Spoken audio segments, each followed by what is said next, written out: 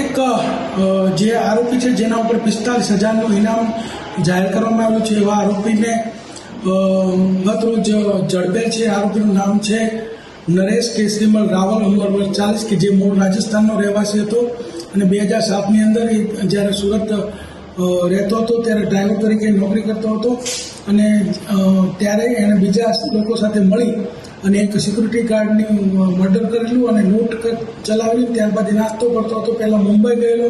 ત્યારબાદ ચેન્નઈ ગયેલો અને બેલગામ એમ ફરતા એસઓજીની ટીમને માહિતી મળી કે આ વ્યક્તિ જે છે એ કર્ણાટકના ઉડુપીમાં રહે છે, નામ બદલીને રહે છે, ત્યાં નામ નિર્મળ કેસરીમલ કોરાવર તરીકે રહેતો હતો। ત્યાં એસઓજીની ટીમ જઈ અને એને ઝડપી પાડેલો છે અને આ આરોપી છે એના ઉપર 45,000 રૂપિયાનું ઇનામ છે અને આ વ્યક્તિ જે છે અત્યારે